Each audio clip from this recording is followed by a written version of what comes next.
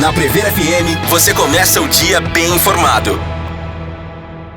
7h40 e hoje é quinta-feira, hoje é dia de alimentação saudável e já está aqui no estúdio a nutricionista Karen Kaori Miyamoto. Karen, bom dia, satisfação em tê-la aqui mais uma vez. Bom dia, sempre muito bom estar com vocês. E hoje a gente vai falar a respeito de consumir gordura.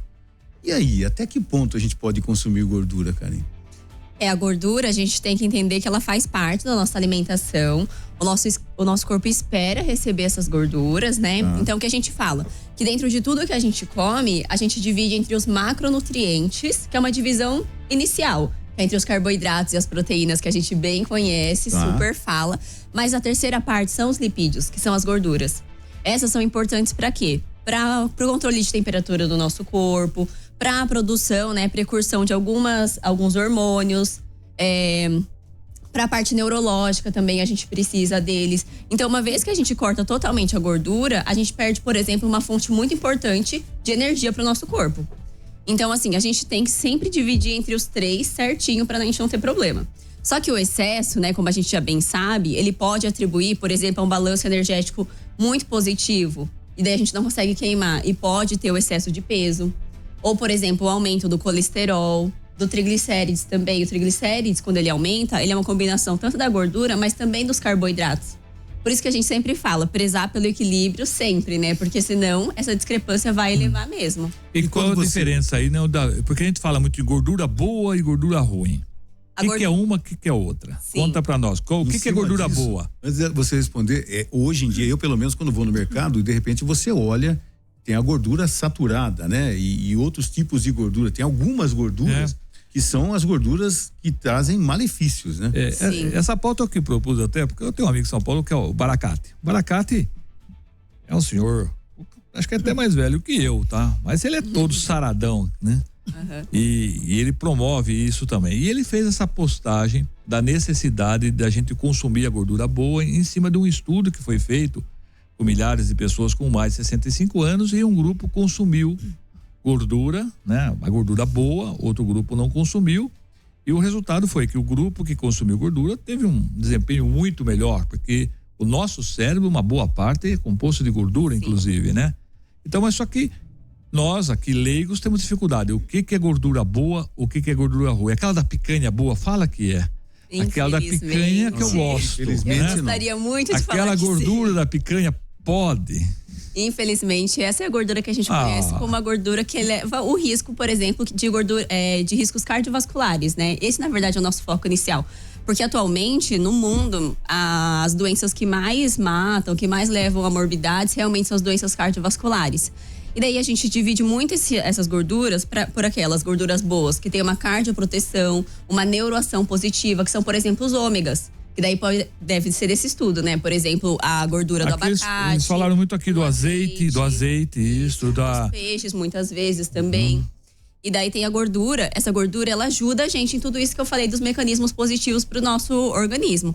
E existem as gorduras que são negativas, são aquelas que têm uma maior deposição, por exemplo, nos nossos vasos, levando a maior risco de de obstruir ali o vaso, de causar um infarto, causar um AVC, um AVE, né? Por isso que a gente tem um maior cuidado com esses. E essas são as gorduras, por exemplo, da fritura, a gordura das carnes, a gordura de algumas manteigas de menor qualidade, de algumas margarinas de menor qualidade. Apesar de que hoje em dia a indústria alimentícia, ela melhorou muito a qualidade desses dois alimentos.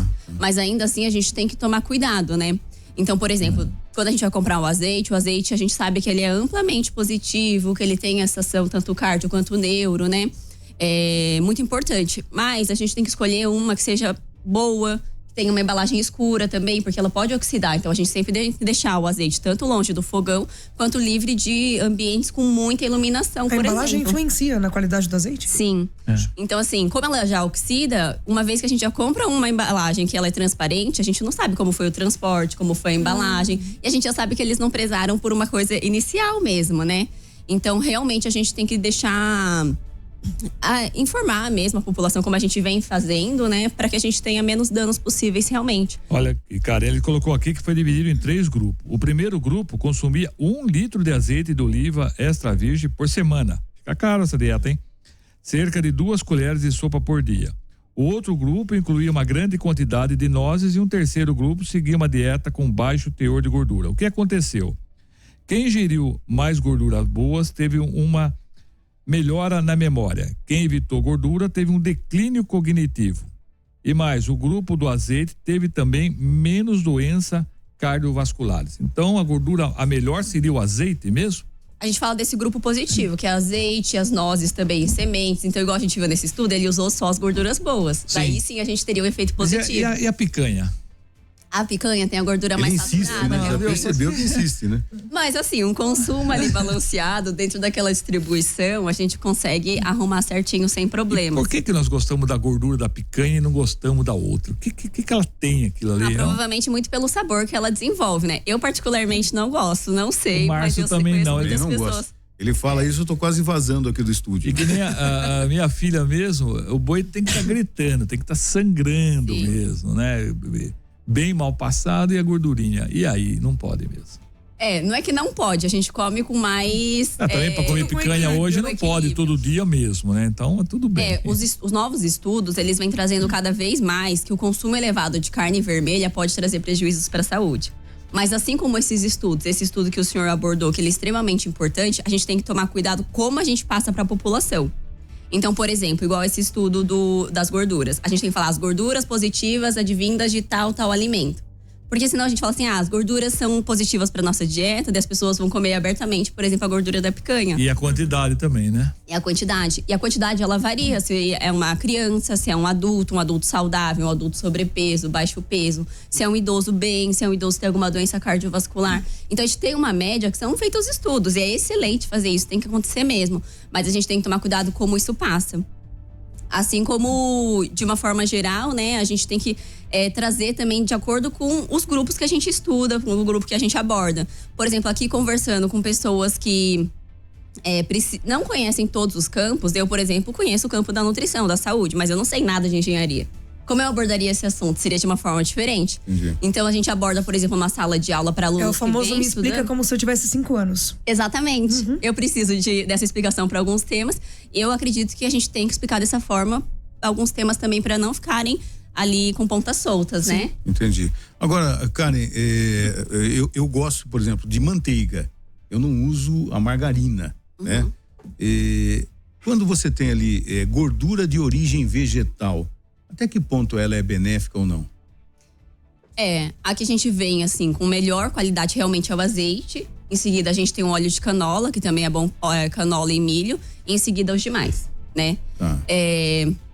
Mas a gente sempre tem que tomar cuidado assim, no geral, com os ingredientes, a quantidade, como a gente sempre conversa. Então, por exemplo, antigamente a manteiga, ela era muito superior qualitativamente que a margarina. Tá. Daí foi isso que eu falei, eles desenvolveram muitas tecnologias, melhoraram a qualidade dos dois. Então, em diversas marcas, elas são praticamente iguais em termos de impacto à saúde. Entendi. Mas a gente tem que olhar ali nos ingredientes. O que estiverem menos ingredientes são melhores, né? Em termos de impactos, de menos aditivos, menos prejuízos ali para a saúde.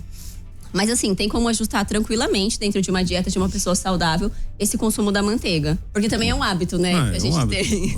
E agora, é gostoso, né? Aquele pãozinho com manteiga molhando no café. Pãozinho quente, a manteiga derretendo. Assim, às vezes você não tem em alternativa ao óleo, você não tem o azeite, usar a manteiga para cozinhar é muito comum também. Sim. E exatamente. Uma coisa interessante também, baseado no que o Lorival falou nesse estudo, existe aquela dieta do Mediterrâneo, né? Que ficou bastante famosa. E que a base é o azeite de oliva, né? Sim, eles trazem muito isso dos ômegas realmente, né? Então as carnes, os peixes, os óleos, as nozes.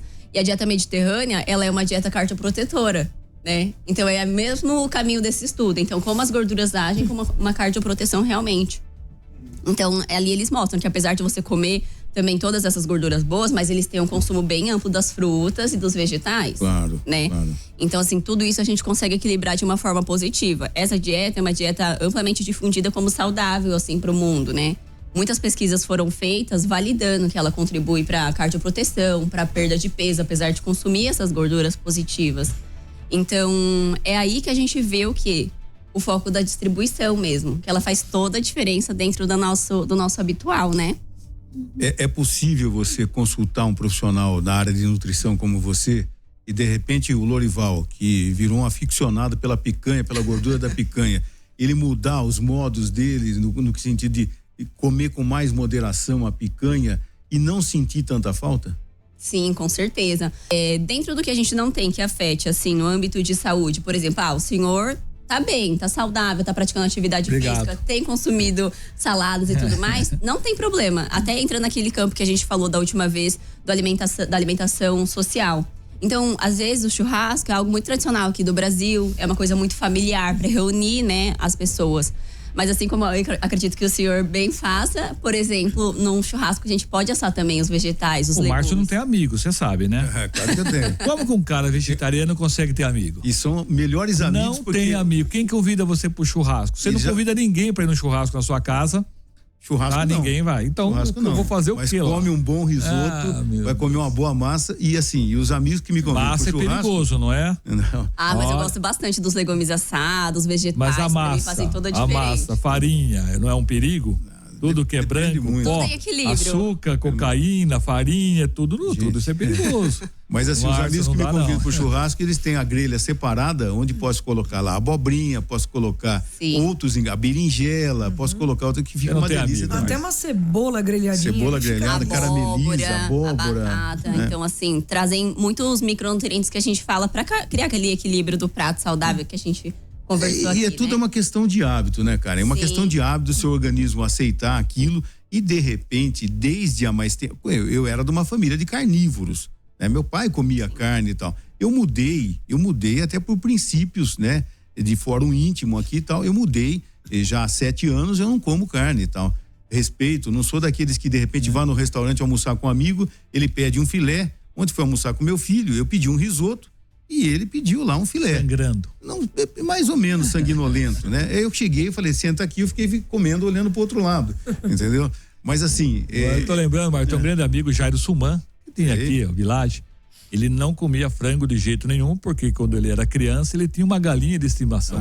E um deles chegou, o pai tinha matado a galinha para fazer uma cancha. Ele ficou traumatizado, ele nunca mais conseguiu comer frango. Ele não comia de jeito nenhum frango, mas... memória afetiva. Aí foi um trauma de infância que o Jairo Sumão, o querido Jairo, foi presidente do CDL aqui, ele não comia frango de jeito nenhum, mas por trauma. Você não teve esse trauma? Não, não tive. Agora, qual que é a gordura que a gente não deve comer de jeito nenhum, nem com moderação, nem nada, que a gente tem que evitar mesmo, Karen? A gordura que a gente tem uma concentração maior dessa gordura saturada, que é o maior risco de deposição nos vasos, de causar as doenças cardiovasculares, é a banha, principalmente. Banha. Né? Então, muito se falou nos últimos tempos, né, que a banha ela era saudável, que ela era natural e por isso a gente devia consumir. Exatamente. E antigamente as pessoas consumiam muito também, por exemplo, o porco na lata. Era um modo de conservação daquela época necessário. Não tinha geladeira, não tinha refrigeração, né? Exatamente. Mas hoje em dia a gente já sabe que não é de qualidade boa, apesar de trazer um gosto a mais para os alimentos. A gente entende, daí a gente troca, né? A gente fala, a gente vai tirar a banha, mas a gente vai colocar os temperos naturais, a gente vai agir dessa forma, vão melhorar os exames. Então é o que a gente fala de alinhar os propósitos realmente. Mas a banha de porco realmente, assim, ela aumenta bem o colesterol, aumenta todos os exames e a longo prazo ela causa bastante prejuízo. Quais são os outros produtos, desculpa, Ellen, quais são os outros produtos que tem a gordura saturada além da banha?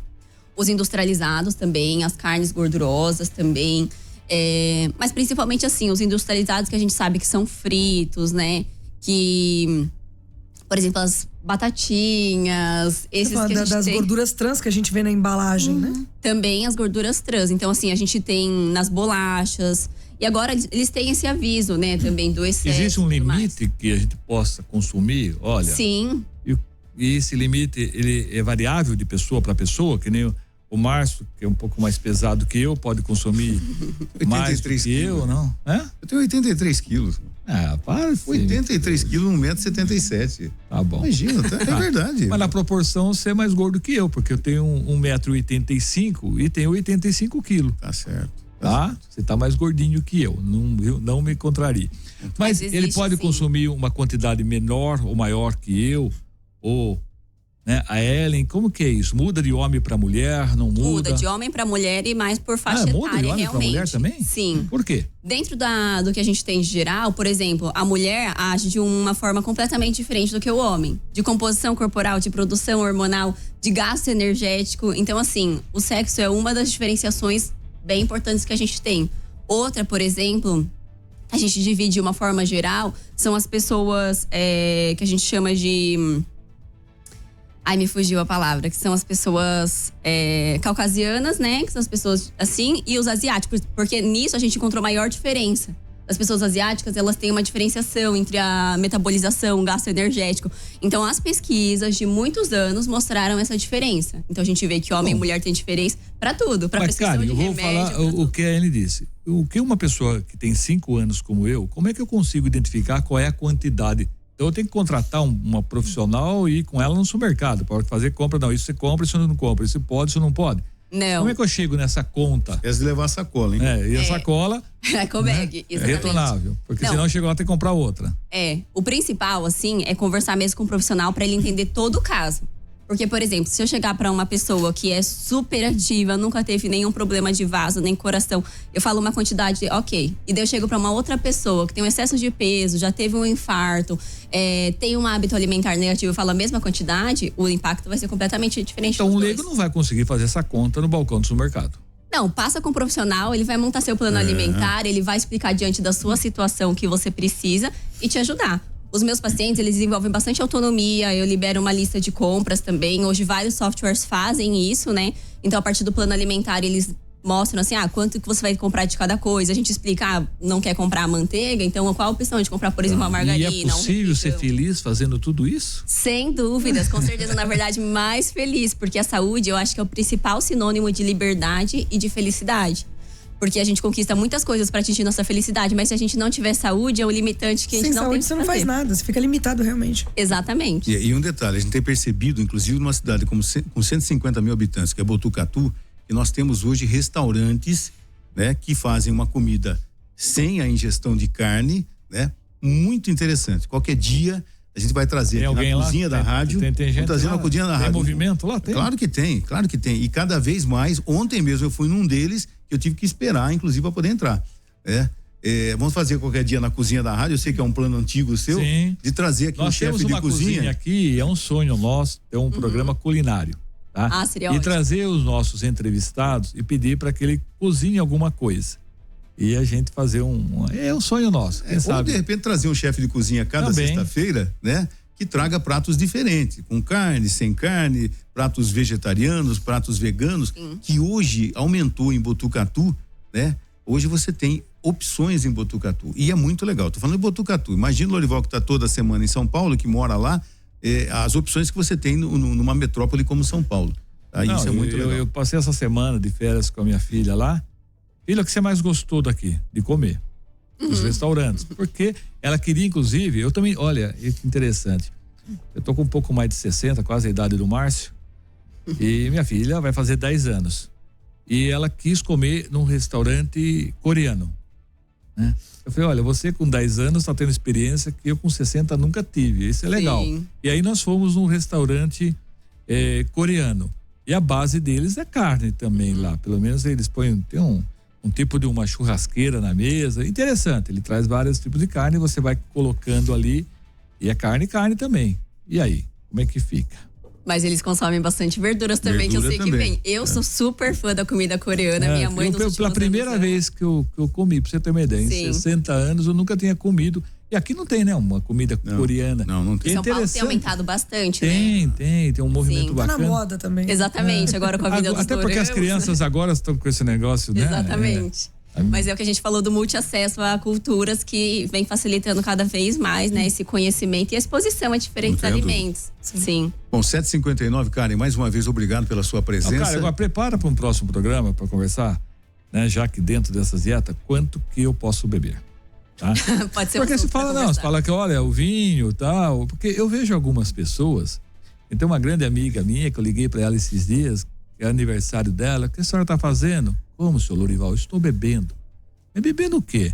Não, hoje estou bebendo cerveja porque ontem a vodka não me caiu bem. Falei, mas não era pra senhora estar tomando um suco? Mas por que eu ia tomar um suco? Porque a senhora tem 40 anos a mais que eu. Ela estava fazendo 101 anos e ela consegue ainda beber todos os dias. O que explica essas pessoas que conseguem beber sem fazer mal e outras que não podem? Como é que a gente chega nesse equilíbrio? E alguns falam, não, tal cultura vive mais porque come mais frutas, outra porque consome mais azeite, outra porque toma vinho todo dia. Quanto que é saudável, se é saudável, você tomar pelo menos uma taça de vinho, né? Que a gente vê, a Botucatu tem muito aqueles italianos que até hoje tomam uma taça de vinho, tem aqueles outros que não deixam de tomar uma cachaça todo dia na hora do almoço, outro toma um cálice de gin, sei lá, alguma coisa assim. O que pode e o que não pode? E se pode, ou se nunca pode? Se você vier aqui e falar que não pode nada, você não volta mais aqui, tá? Combinado. Karen, muito obrigado e até a próxima, viu? Eu que agradeço, até mais. Você ouviu Primeiro Jornal Previr FM.